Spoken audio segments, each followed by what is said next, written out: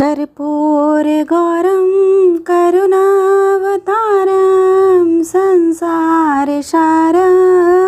भुजगेन्द्रहारं सदा वसन्तं हृदयारविन्दे भवं भवानी सहितं नमामि भवं भवानी सहितं नमामि। नमस्कार भक्तजनों, आप सभी को आपके इस YouTube चैनल शिव शक्ति पर हार्दिक स्वागत है।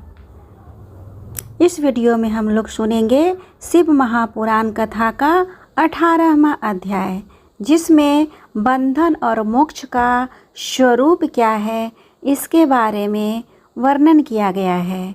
बंधन और मोक्ष के स्वरूप के बारे में विस्तार से बताया गया है।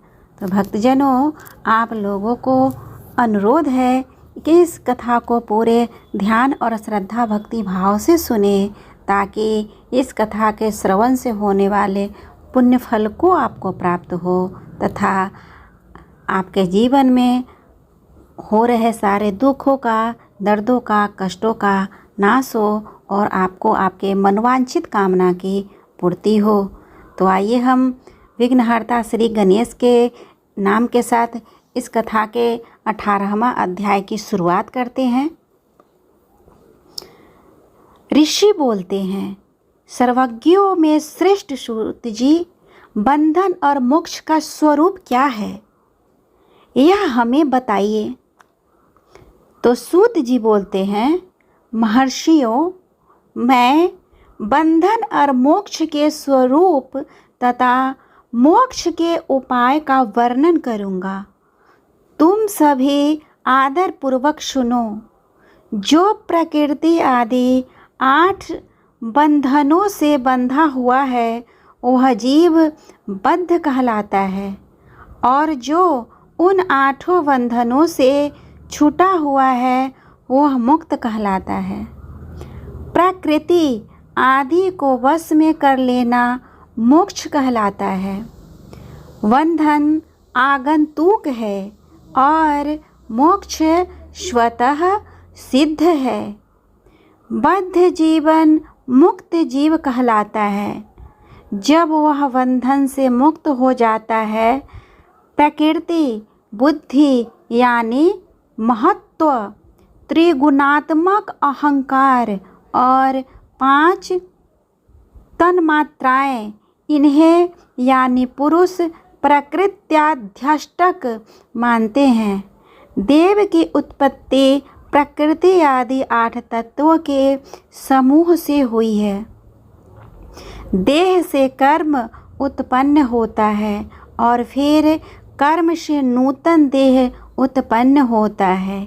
इस तरह बारंबार जन्म और कर्म होते रहते हैं। शरीर को स्थूल, सूक्ष्म और कारण के भेद से 3 प्रकार का जानना चाहिए। स्थूल शरीर यानी कि जागृत अवस्था में व्यापार करने वाला, सूक्ष्म शरीर यानी कि जागृत और स्वप्न अवस्था में, और इंद्रिय भोग प्रदान करने वाला, तथा कारण शरीर यानी कि सुषुप्तावस्था में आनंद की अनुभूति कराने वाला माना जाता है। जीवन को उसके प्रारब्ध कर्मानुसार सुख दुख की प्राप्ति होती है। वह अपने पुण्य कर्मों के फलस्वरूप सुख एवं पाप कर्मों के फलस्वरूप दुख का उपभोग करता है। भक्तजनों, अतः कर्म पाश से बंधा हुआ जीव अपने त्रिविध शरीर से अपने शुभाशुभ कर्मों द्वारा सदा चक्र की भांति बारंबार घुमाया जाता है। इस चक्रवत भ्रमण की निवृत्ति के लिए चक्रकर्ता का स्तवन एवं आराधना करना चाहिए। प्रकृति आदि जो 8 पास बतलाए गए हैं, उनका समुदाय ही महाचक्र है और जो प्रकृति से परे हैं वह परमात्मा शिव है। भगवान महेश्वर की प्रकृति आदि महाचक्र के कर्ता है, क्योंकि वे प्रकृति से परे हैं। जैसे बयाकन नामक वृक्ष का छाला जल को पीता और उगलता है, उसी प्रकार शिव प्रकृति आदि को अपने वश में करके उस पर शासन करते हैं। भक्तजनों, उन्होंने सबको वश में कर लिया है, इसीलिए वे शिव कहे जाते हैं। शिव के सर्वज्ञ, परिपूर्ण तथा निःस्पृह है। सर्वज्ञता, तृप्ति, अनादि बोध, स्वतंत्रता, नित्य अलुप्त शक्ति से संयुक्त होना और अपने भीतर अनंत शक्तियों को धारण करना। महेश्वर के इन 6 प्रकार के मानसिक ऐश्वर्यों को केवल वेद जानता है। अतः प्रकृति आदि 8 तत्वों वश में भगवान शिव के अनुग्रह से ही होते हैं। भगवान शिव का कृपा प्रसाद की प्राप्ति के लिए उन्हीं का पूजन करना चाहिए। यदि कहे शिव तो परिपूर्ण है, निःस्पृह है, उनकी पूजा कैसे हो सकती है? तो इसका उत्तर यह है कि भगवान शिव के उद्देश्य से उनकी प्रसन्नता के लिए किया हुआ सत्कर्म उनके कृपा प्रसाद की प्राप्ति कराने वाला होता है। शिवलिंग में, शिव की प्रतिमा में तथा शिव भक्त जनों में शिव की भावना करके उनकी प्रसन्नता के लिए पूजा करनी चाहिए। वह पूजा शरीर, मन, वाणी और धन से भी की जा सकती है।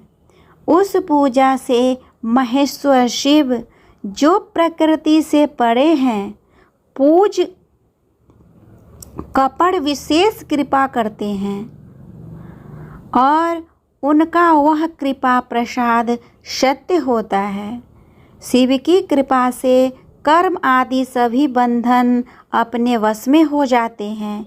कर्म से लेकर प्रकृति पर्यंत सब कुछ जब वश में हो जाता है, तब वह जीवन मुक्त कहा जाता है और स्वात्मा राम रूप से विराजमान होता है। परमेश्वर शिव की कृपा से जब कर्म जनित शरीर अपने वश में हो जाता है, तब उसे भगवान शिव के लोक में निवास का सौभाग्य प्राप्त होता है। इसी को शालोक्य मुक्ति कहते हैं। जब मान्यताएं वश में हो जाती है, जब जीव जगदम्बा सहित शिव का सामीप्य प्राप्त कर लेता है, यह सामीप्य मुक्ति है। उसके आयुध आदि और क्रिया आदि सब कुछ भगवान शिव के समान हो जाते हैं। भगवान का महाप्रसाद प्राप्त होने पर बुद्धि भी वश में हो जाती है। बुद्धि प्रकृति का कार्य है, उनका वश में होना सृष्टि मुक्ति कहा जाता है। पुनः भगवान का महान अनुग्रह प्राप्त होने पर प्रकृति वश में हो जाएगी। उस समय भगवान शिव का मानसिक ऐश्वर्य बिना यत्न के ही प्राप्त हो जाएगा। सर्वज्ञता और तृप्ति आदि जो शिव के ऐश्वर्य है, उन्हें पाकर मुक्त पुरुष अपने आत्मा में ही विराजमान होता है। भक्तजनों, वेद और शास्त्रों में विश्वास रखने वाले विद्वान पुरुष इसी को सायुज्य मुक्ति कहते हैं। इस प्रकार लिंग आदि में शिव की पूजा करने से क्रमशः मुक्ति स्वतः प्राप्त होती है। इसीलिए शिव का कृपा प्रसाद प्राप्त करने के लिए तत्संबंधी क्रिया आदि के द्वारा उन्हीं का पूजन करना चाहिए। शिव क्रिया, शिव तप, शिव मंत्र जप, शिव ज्ञान और शिव ध्यान के लिए सदा उत्तरोत्तर अभ्यास में वृद्धि करनी चाहिए।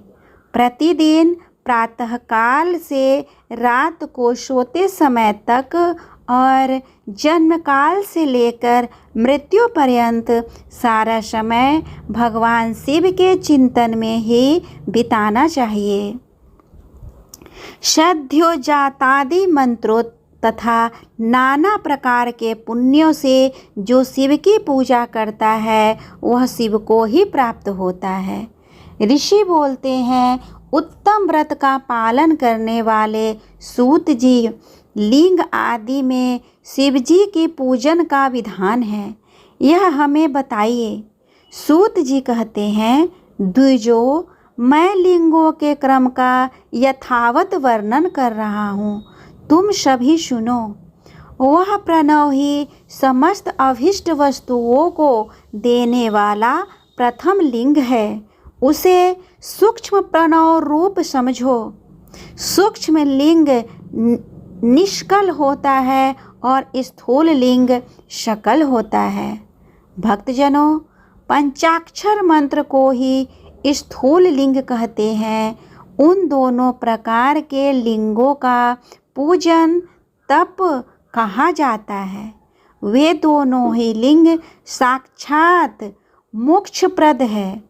पौरुष लिंग और प्रकृति लिंग के रूपक बहुत ही लिंग है। उन्हें भगवान शिव ही विस्तार पूर्वक बता सकते हैं, दूसरा कोई नहीं जानता। पृथ्वी के विकारभूत जो लिंग ज्ञात है उनको मैं तुम्हें बता रहा हूँ। उनमें स्वयंभू लिंग प्रथम है, दूसरा बिंदु लिंग, तीसरा प्रतिष्ठित लिंग, चौथा चरलिंग और पांचवा गुरुलिंग है।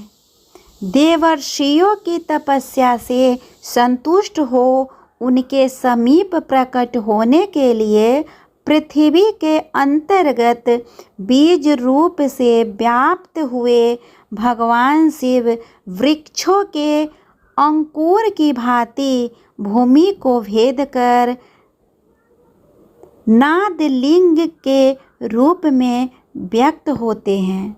भक्तजनों, वे स्वतः व्यक्त हुए शिव की स्वयं प्रकट होने के कारण स्वयंभू नाम का धारण करते हैं। ज्ञानी जन उन्हें स्वयंभू लिंग के रूप में जानते हैं। उन स्वयंभू लिंग की पूजा से उपासक के ज्ञान की स्वयं ही वृद्धि होने लगती है। सोने, चांदी आदि के पत्र पर, भूमि पर या वेदी पर हस्तलिखित जो शुद्ध प्रणव मंत्र रूप लिंग है, उसमें तथा मंत्र लिंग का आलेखन करके उसमें भगवान शिव की प्रतिष्ठा और आवाहन करें। भक्तजनों, ऐसा बिंदु नादमय लिंग स्थावर और जंगम दोनों ही प्रकार का होता है। इसमें शिव का दर्शन भावनामय ही है, ऐसा निसंदेह कह सकते हैं। भक्तजनों, जिसको जहाँ भगवान शंकर के प्रकट होने का विश्वास हो, उसके लिए वही प्रकट होकर वे अभीष्ट फल प्रदान करते हैं। अपने हाथ में लिखे हुए मंत्र में अथवा अकृत्रिम स्थावर आदि में भगवान शिव का आवाहन करके 16 उपचारों से भगवान शिव की पूजा करें। ऐसा करने से साधक स्वयं ही ऐश्वर्य की प्राप्ति कर लेता है एवं इस साधन के अभ्यास से उनको ज्ञान भी होता है। भक्तजनों, देवताओं और ऋषियों ने आत्मसिद्धि के लिए अपने हाथ से वैदिक मंत्रों के उच्चारण पूर्वक शुद्धि मंडल में शुद्ध भावना द्वारा जिस उत्तम शिवलिंग की स्थापना की है उसे पौरुष लिंग बोलते हैं। भक्तजनों, तथा वही प्रतिष्ठित लिंग कहलाता है। उस लिंग की पूजा करने से सदा पौरुष ऐश्वर्य की प्राप्ति होती है। भक्तजनों, ब्राह्मण और महाधनी राजा किसी कारीगर से शिवलिंग का निर्माण कराकर जो मंत्र पूर्वक उसकी स्थापना करते हैं उसके द्वारा स्थापित हुआ वह लिंग भी प्रतिष्ठित लिंग कहलाता है, परंतु वह प्राकृतिक लिंग है, अतः प्राकृतिक ऐश्वर्य भोग को देने वाला होता है। जो शक्तिशाली और नित्य होता है उसे पौरुष कहते हैं तथा जो दुर्बल एवं अनित्य होता है वह प्राकृत कहलाता है। भक्तजनों, लिंग, नाभि, जिह्वा, नासा प्रभाग और शिखा के क्रम से कटी, हृदय और मस्तिष्क तीनों स्थानों में जो लिंग की भावना की गई है उस आध्यात्मिक लिंग को ही चर लिंग कहते हैं। भक्तजनों, पर्वत और पौरुष लिंग बताया गया है और भूतल को विद्वान पुरुष प्राकृतिक लिंग मानते हैं। वृक्ष आदि को पौरुष लिंग जानना चाहिए और गुल्म आदि को प्राकृत लिंग, साठी नमक धान्य को प्राकृतिक लिंग मानना चाहिए और शाली यानी कि अगहनी एवं गेहूं को पौरुष लिंग मानना चाहिए। भक्तजनों, अनीमा आदि आठों सिद्धियों को देने वाला जो ऐश्वर्य है उसे पौरुष ऐश्वर्य समझना चाहिए। सुंदर स्त्री तथा धन आदि विषयों को आस्तिक पुरुष प्राकृतिक ऐश्वर्य बोलते हैं। चरलिंगों में सर्वप्रथम रसलिंग का वर्णन किया जाता है। रसलिंग ब्राह्मणों को उसकी सारी अभीष्ट वस्तुओं को देने वाला है। शुभ कारक बाणलिंग क्षत्रियों को महान राज्य प्राप्त कराने वाला है। स्वर्णलिंग वैश्यों को महाधनपति का पद प्रदान करने वाला है तथा सुंदर शिवलिंग गुदों को महाशुद्धि देने वाला है। स्फटिकमय लिंग तथा बाणलिंग सब लोगों को उसकी समस्त कामनाएं प्रदान करते हैं। भक्तजनों, अगर अपना नहीं हो तो दूसरे का स्फटिक या बाणलिंग की पूजा के लिए निषिद्ध नहीं है। स्त्रियों यानी विशेषतः साधवाओं के लिए पार्थिव लिंग की पूजा का विधान है। प्रवृत्ति मार्ग में स्थित विग्रवाओं के लिए स्फटिक लिंग की पूजा बताई गई है, परंतु विरक्त विधवाओं के लिए सरलिंग की पूजा को ही श्रेष्ठ बोला गया है। भक्तजनों, उत्तम व्रत का पालन करने वाले महर्षियों बचपन, जवानी और बुढ़ापे में भी शुद्ध स्फटिक में शिवलिंग का पूजन स्त्रियों को समस्त भोगप्रद है। गृहासक्त स्त्रियों के लिए पीठ पूजा भूतल पर संपूर्ण अभीष्ट को प्रदान करने वाली होती है। प्रवृत्ति मार्ग में चलने वाला पुरुष सुपात्र गुण के सहयोग से ही समस्त पूजा कर्म संपन्न करे। इष्ट देव का अभिषेक करने के पश्चात अगहनी के चावल से बने हुए खीर आदि पकवानों द्वारा नैवेद्य अर्पण करे। पूजा के अंत में शिवलिंग को संपुट में पधराकर घर के भीतर पृथक रख दे। निवृत्ति मार्गी पुरुष के लिए हाथ पर ही शिवलिंग पूजा का विधान है। भक्तजनों, उन्हें भिक्षादि से प्राप्ति हुए अपने भोजन को ही नैवेद्य रूप में निवेदित करना चाहिए। निवृत्त पुरुषों के लिए सूक्ष्म लिंग ही श्रेष्ठ बताया गया है। वे विभूति के द्वारा पूजन करें और विभूति को ही नैवेद्य रूप से निवेदित भी करें। पूजा करके उस लिंग को सदा अपने मस्तक पर धारण करें। विभूति 3 प्रकार की बताई गई है: लोकाग्नि जनित, वेदाग्नि जनित और शिवाग्नि जनित। लोकाग्नि जनित या लौकिक भस्म की द्रव्यों की शुद्धि के लिए लाकर रखे। मिट्टी, लकड़ी और लोहे के पात्रों की, धान्यों की, तिल इत्यादि द्रव्यों की, वस्त्र इत्यादि तथा पर्युषित वस्तुओं की भस्म से शुद्धि होती है।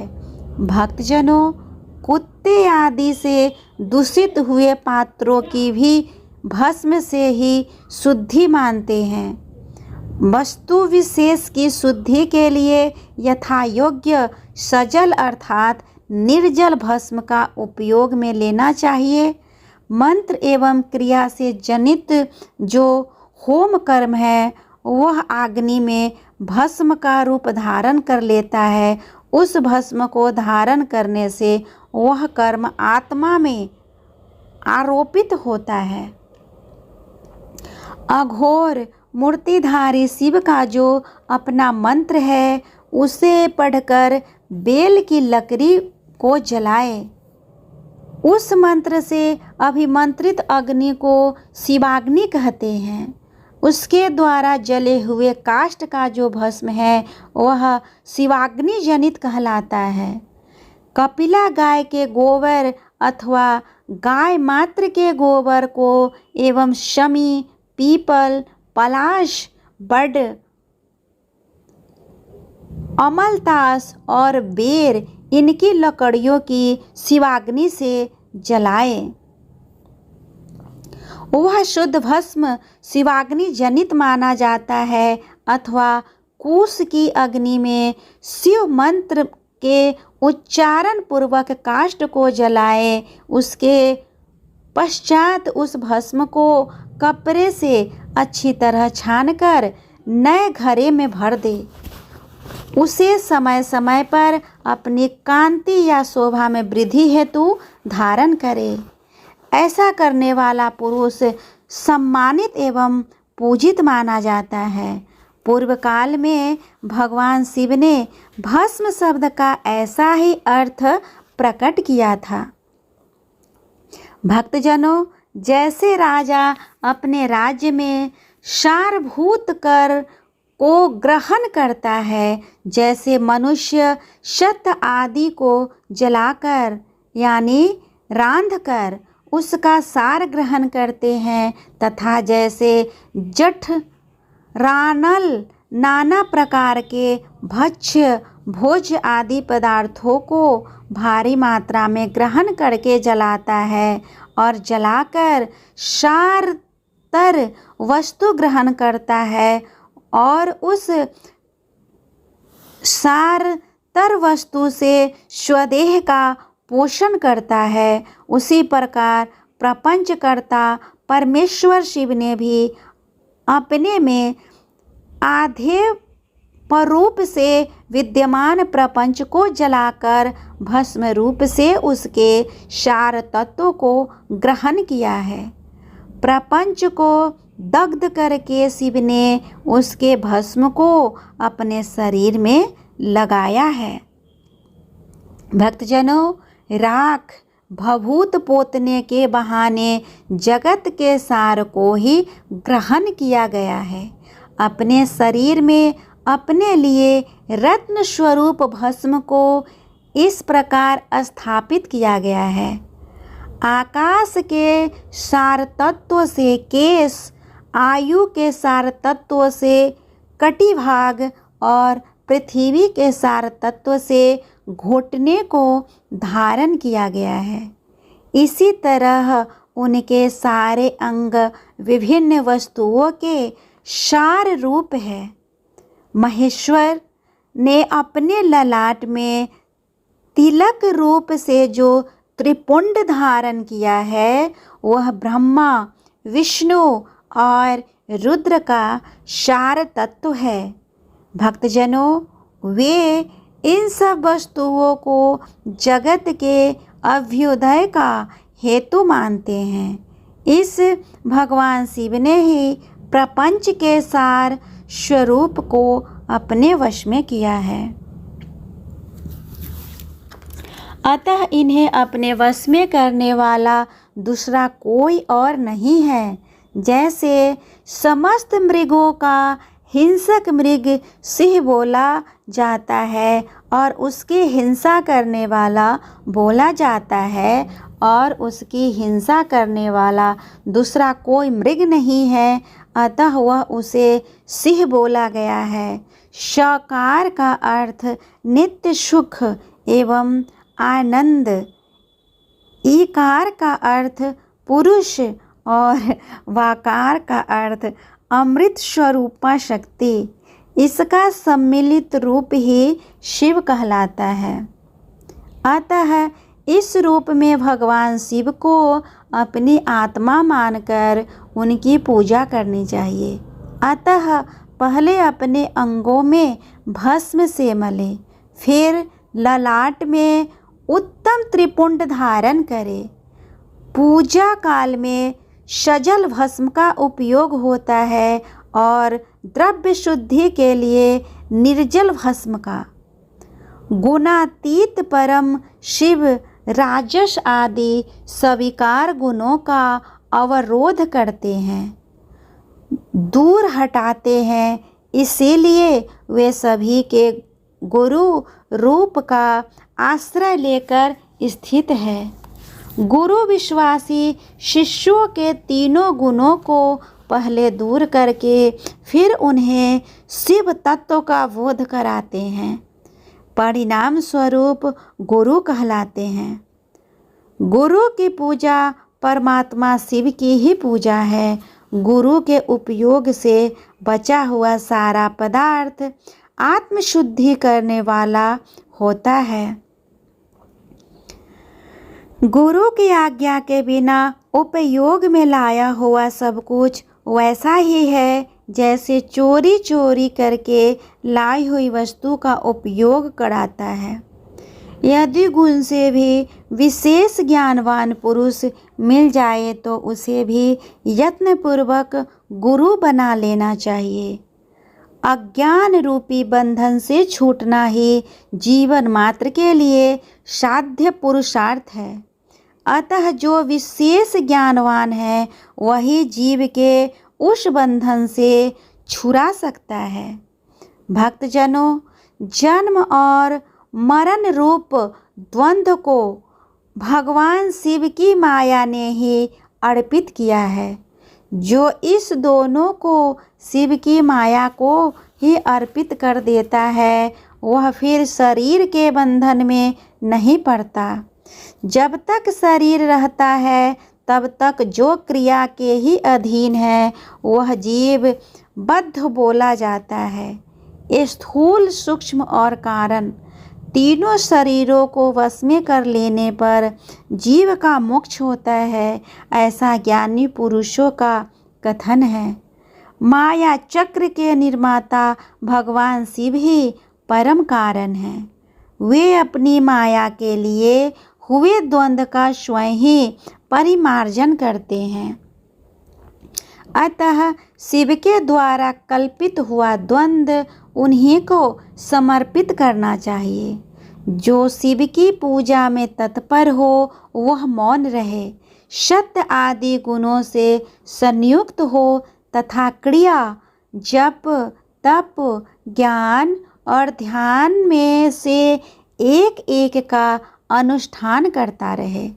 ऐश्वर्य, दिव्य शरीर की प्राप्ति, ज्ञान का उदय, अज्ञान का निवारण और भगवान शिव के सामीप्य का लाभ, ये फल क्रमशः क्रिया आदि के हैं। निष्काम कर्म करने से अज्ञान का निवारण हो जाने के कारण शिव भक्त पुरुष उनके यथोक्त फल की प्राप्ति करता है। शिव भक्त पुरुष देश, काल और शरीर, धन के अनुसार यथा योग्य क्रिया आदि का अनुष्ठान करे। न्यायोपार्जित उत्तम धन से निर्वाह करते हुए विद्वान पुरुष शिव के स्थान में निवास करे। भक्तजनों, जीव हिंसा आदि से रहित और अत्यंत क्लेश शून्य जीवन बिताते हुए पंचाक्षर मंत्र के जप से अभिमंत्रित अन्न और जल को सुखपूर्वक माना गया है। अथवा कहते हैं कि दरिद्र पुरुष के लिए भिक्षा से प्राप्त हुआ अन्न ज्ञान देने वाला होता है। शिव भक्त को भिक्षान्न प्राप्त हो तो वह शिव भक्ति को बढ़ाता है। शिव योगी पुरुष भिक्षान्न को शंभु शत्र कहते हैं। जिस किसी भी उपाय से जहाँ कहीं भी भूतल पर शुद्ध अन्न का भोजन करते हुए सदा मौन भाव से रहें और अपने साधन का रहस्य पर किसी पर प्रकट न करे, भक्तों के समक्ष ही शिव के महात्म्य प्रकाशित है और प्रकाशित करे। शिव मंत्र के रहस्य को भगवान शिव को ही ज्ञात है, दूसरे और किसी को ज्ञात नहीं है। इस तरह हमने शिव महापुराण के 18वें अध्याय में बंधन और मोक्ष का स्वरूप के बारे में जाना। भक्तजनों, आप लोगों को यह कथा पाठ कैसा लगा प्लीज़ कमेंट करके बताएं, और अगर अच्छा लगा हो तो प्लीज़ मेरे वीडियो को लाइक और शेयर करें। साथ ही मेरे चैनल को भी सब्सक्राइब कर लें, ताकि जब भी मैं इस कथा पाठ का अगला वीडियो अपलोड करूं उसका नोटिफिकेशन सबसे पहले आपको मिले और आप इस कथा का श्रवण का लाभ उठा पाए। साथ ही अगर आप इसके पहले के अध्याय न सुने हो तो उसका वीडियो मेरे चैनल में इसके प्लेलिस्ट शिव महापुराण में मिल जाएगा, वहां से आप सुन सकते हैं। इसके साथ ही मेरे चैनल पर अधिक मास जिसको पुरुषोत्तम मास और मल मास भी कहते हैं, इस महीने का महात्म कथा सुनाया जा रहा है।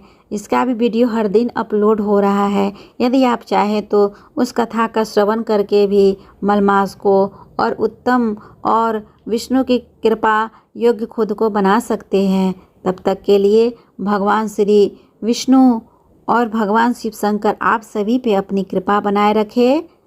ओम नमः शिवाय।